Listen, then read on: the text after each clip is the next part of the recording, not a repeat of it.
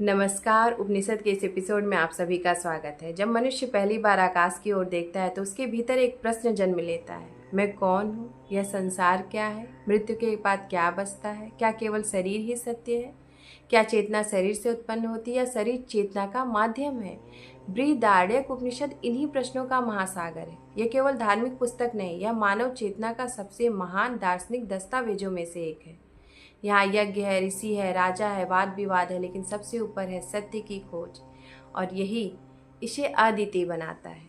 प्रारंभ, तीनों लोकों की चर्चा। उपनिषद कहता है कि मनुष्य तीनों लोकों की बात करता है, मनुष्य लोक, पितृलोक और देवलोक। मनुष्य लोक पुत्र द्वारा प्राप्त होता है, पितृलोक कर्म और यज्ञों से, और देवलोक उपासना और ध्यान से। यहाँ उपनिषद एक बहुत गहरी बात कहता है, सिर्फ कर्म पर्याप्त नहीं, सिर्फ बाहरी धार्मिकता पर्याप्त नहीं। मनुष्य को अंततः ध्यान, आत्मचिंतन और आंतरिक जागरण की ओर जाना चाहिए। आज भी यही स्थिति है। मनुष्य बाहरी उपलब्धियों में खो गया है, डिग्री, पैसा, पद, प्रतिष्ठा, सोशल मीडिया की प्रशंसा, यही आधुनिक यज्ञ बन चुके हैं। लेकिन भीतर का शून्य समाप्त ही नहीं होता। क्यों? क्योंकि आत्मा को बाहरी वस्तुएं तृप्त नहीं कर सकती। प्राण की महिमा, इंद्रियों का संघर्ष। उपनिषद का एक अद्भुत प्रतीकात्मक कथा है। प्रजापति ने इंद्रियों की रचना की और वाणी बोली, मैं श्रेष्ठ हूँ। नेत्र बोले, मैं सबसे महत्वपूर्ण हूँ। कान बोले, मेरे बिना संसार अधूरा है। हर इंद्रिय स्वयं को सर्वोच्च मानने लगी। तब मृत्यु आई। मृत्यु ने थकान का रूप लिया। उसने वाणी को थका दिया, नेत्रों को थका दिया और कानों को भी थका दिया, लेकिन एक चीज को वह पराजित नहीं कर सकी, प्राण।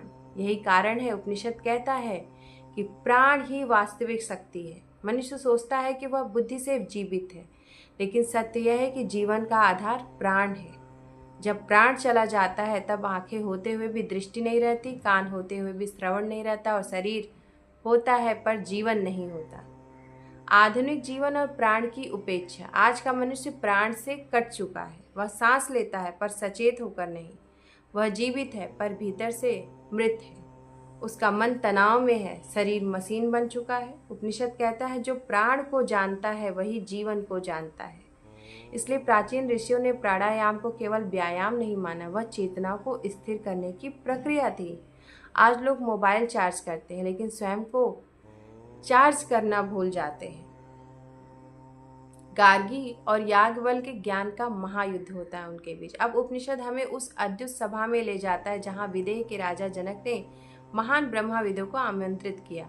हजारों गाय खड़ी थी, उनके सींगों में स्वर्ण बंधा था। राजा ने घोषणा की कि जो सबसे बड़ा ब्रह्मा ज्ञानी हो वह इन्हें ले जाएगा। सभी मौन थे। तब याज्ञवल्क्य ने अपने शिष्य से कहा, इन गायों को ले चलो। सभा चौंक गई। क्या वह अहंकार था? नहीं, यह आत्मविश्वास था। फिर प्रारंभ हुआ प्रश्नों का महायुद्ध, और इसी सभा में प्रकट हुई गार्गी।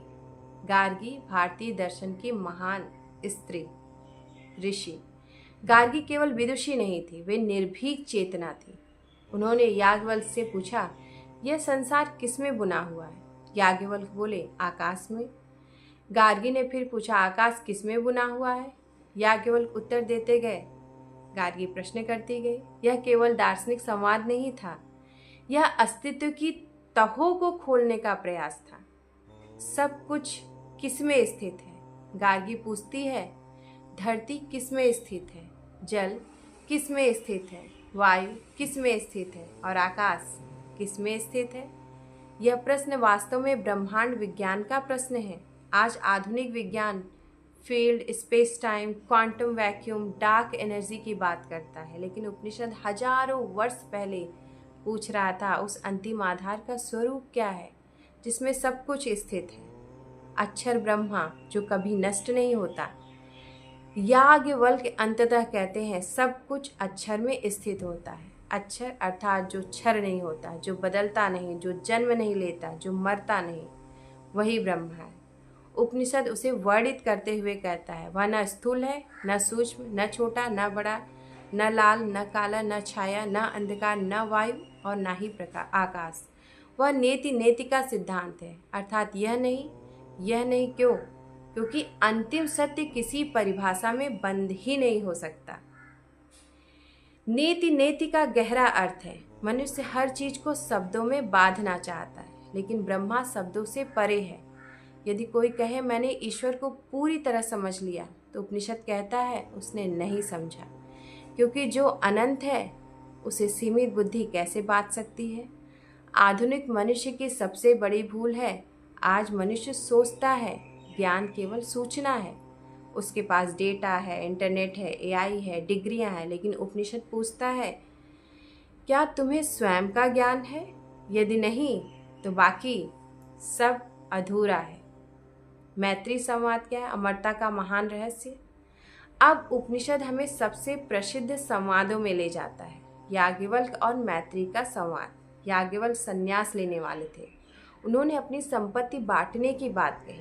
मैत्रेयी ने कहा यदि पूरी पृथ्वी का धन मिल जाए तो क्या मैं अमर हो जाऊंगी? याज्ञवल्क्य बोले नहीं। यहीं से उपनिषद मानव इतिहास की सबसे गहरी बात कहता है, कोई किसी के लिए प्रिय नहीं। याज्ञवल्क्य कहते हैं पति पत्नी के लिए प्रिय नहीं, आत्मा के कारण प्रिय है। पति पत्नी के प्रिय नहीं, आत्मा के कारण प्रिय है। पुत्र आत्मा के कारण प्रिय है, धन आत्मा के कारण प्रिय है, संसार आत्मा के कारण प्रिय है। मतलब ये जड़ है। यह अत्यंत गहरी बात है। हम सोचते हैं कि हम वस्तुओं से प्रेम करते हैं, लेकिन वास्तव में हम उस आनंद से प्रेम करते हैं जो भीतर उत्पन्न होता है। प्रेम का उपनिषदिक अर्थ क्या है? उपनिषद प्रेम को आसक्ति नहीं मानता। वह कहता है जब तक मनुष्य दूसरे में आत्मा को नहीं देखता तब तक प्रेम अधूरा है। आज अधिकांश संबंध भय, स्वार्थ, अकेलेपन और अपेक्षाओं पर टिके हैं, इसलिए वो टूट जाते हैं। जहाँ आत्मा का अनुभव होता है वहाँ संबंध पूजा बन जाता है।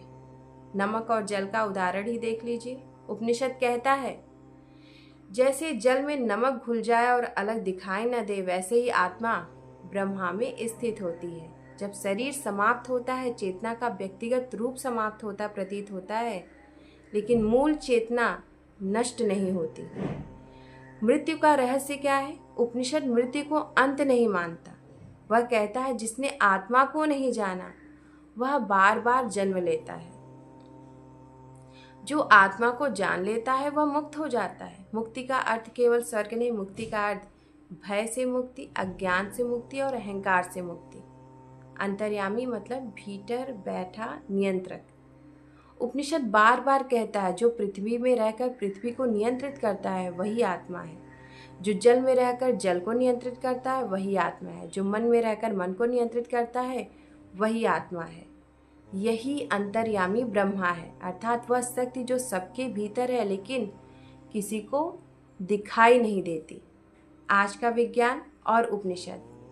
आज न्यूरोसाइंस चेतना को समझने की कोशिश कर रहा है। क्वांटम फिजिक्स वास्तविकता की प्रकृति पर प्रश्न उठा रही है, लेकिन उपनिषद पहले ही कह चुका था दृष्टा को कोई नहीं देख सकता, ज्ञाता को कोई नहीं जान सकता। जो सबको जानता है उसे वस्तु की तरह नहीं जाना जा सकता। जो जानता है कि वह जानता है वह अभी नहीं जानता। यह उपनिषद का गहरा मनोवैज्ञानिक सत्य है।